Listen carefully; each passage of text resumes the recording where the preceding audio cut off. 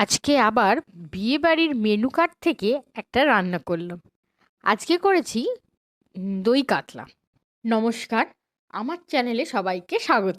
আর পুরো ভিডিওটা দেখার অনুরোধ রইল আপনাদের কাছে।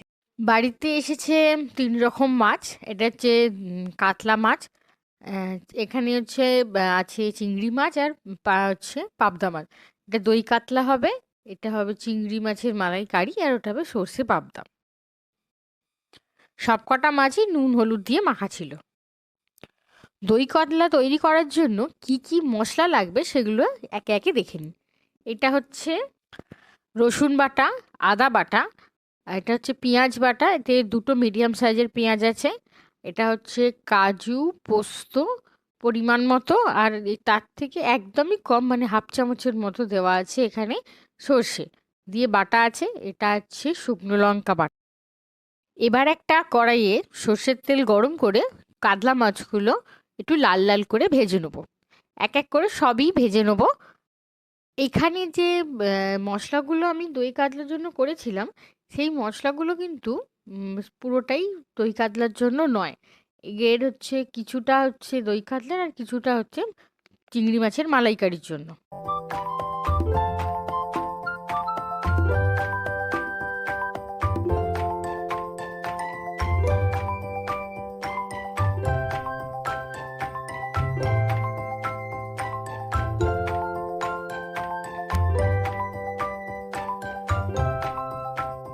একে একে সব মাছগুলো ভাজা হয়ে গেলে এবার ওই তেলে, তাতে আপনারা চাইলে একটু ঘি দিতে পারেন। অনুষ্ঠান বাড়িতে এরকম ঘি দেয়, আমি দিইনি। আচ্ছা, এতেই আমি দিয়ে দেবো গোটা গরম মশলা, একটু জিরে আর একটা তেজপাতা ফোড়ন দিয়ে একটু ভাজা ভাজা হলে আমি দিয়ে দেবো যে পেঁয়াজটা বেটে রেখেছিলাম সেটা। এখানের পেঁয়াজটা পুরোটাই হচ্ছে দই কাতলার জন্যই ছিল। আর আদা রসুন আর যে কাজু আর পোস্ত বাটাটা ছিল সেটা হচ্ছে হাবাব হয়েছে। পেঁয়াজটা ভালো করে ভাজা হয়ে গেলে আমি ওতে দিয়ে দেবো 1 চামচের মতো রসুন বাটা। রসুনের কাঁচা গন্ধটা চলে গেলে তাতে দিয়ে দেবো আদা বাটা 1 চামচ। দিয়ে ভালো করে একটু নাড়াচাড়া করে নিয়ে এবার দিয়ে দেবো তাতে টক দই। দই কাতলায় তো টক দই সব থেকে মেন উপকরণ, তাই ওটা দিয়ে দিয়েছি এখানে 200 গ্রামের মতো দিয়ে মানে ভালো করে ওটাকে ফাটিয়ে নিয়ে দিয়ে দিয়েছি। দিয়ে ভালো করে কষতে শিখেছি।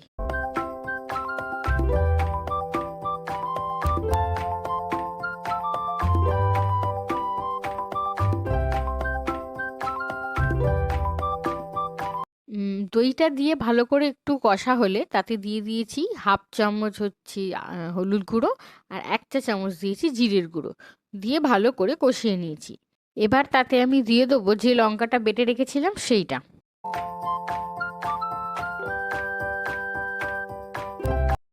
একটু কষা কষা হলে তাতে আমি দিয়ে দেবো যে হচ্ছে 1 চামচের, বড় চামচের 1 চামচের মতো দিয়ে দিয়েছি যে কাজু পোস্ত বাটাটা ছিল সেটা দিয়ে ভালো করে গুলিয়ে গুলিয়ে, যেহেতু আমার এগুলো সবকটাই শিলে বাটা তাই এতে জল ছিল না, একটু একটু জল দিয়ে ভালো করে মিহি করে গুলে নিয়েছি। এর মাঝখানে আমি এখানে দিয়ে দিয়েছি একটু স্বাদ মতো নুন।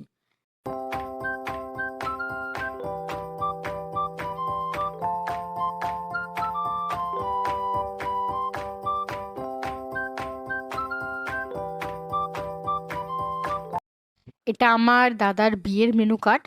আগের যে ভিডিওটা দেখেছিলেন সেটা রিসেপশনের মেনু কার্ড, এটা বিয়ের। এখানেই দই কাতলাটা হয়েছিল, আমি সেটাই রিক্রিয়েট করলাম। জানাবেন কেমন হয়েছে।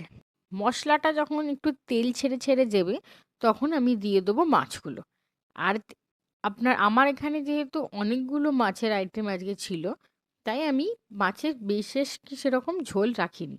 আপনারা চাইলে একটু জল দিয়ে একটু যখন মানে জল একটু রস রস থাকবে তখনই নামিয়ে দেবেন। আমি এই সময় মাছটা দিয়ে তাতে একটু গরম মশলা আর লাস্টে 1 চামচের মতো ঘি দিয়ে ভালো করে নাড়িয়ে চাড়িয়ে জিনিসটা কমপ্লিট করে দিয়েছি। অনুষ্ঠান বাড়ির মতো দই কাতলা রেডি। আমি অবশ্য এই দই কাতলাটা নিজের হাতে প্রথম করছি।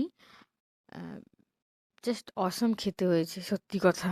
আমার তো পুরো কাই দিয়েই ভাতটা খাওয়া হয়ে যাচ্ছিল। মাছ রয়ে যাচ্ছে, কাই দিয়েই মাখিয়ে মাখিয়ে ভালো খেতে, এত সুন্দর খেতে হয়েছিল। পরে লাস্টে যখন খেতে বসেছিলাম তখন মনে হয়েছিল আরেকটু ঝোল রাখলে ভালো হতো। এতটা কাই না মেরে এর এতেই একটাতেই আমার পুরো ভাতটাই খাওয়া হয়ে যেত। আমার ভিডিওগুলো ভালো লাগলে ইউটিউব থেকে দেখলে লাইক, শেয়ার অ্যান্ড সাবস্ক্রাইব করে দেবেন। আর যদি ফেসবুক থেকে দেখো তাহলে একটা আমাকে ফলো করে দেবে। আমার ফেসবুক পেজের সাথে যদি আপনারা যুক্ত হতে চান তাহলে ডেসক্রিপশনে আমার এই ফেসবুকের লিঙ্কটা দেওয়া আছে। আর আমার এই ভিডিওগুলো কেমন লাগছে অবশ্যই আমাকে কমেন্ট করে জানাবেন। ভালো থাকবেন, সুস্থ থাকবেন।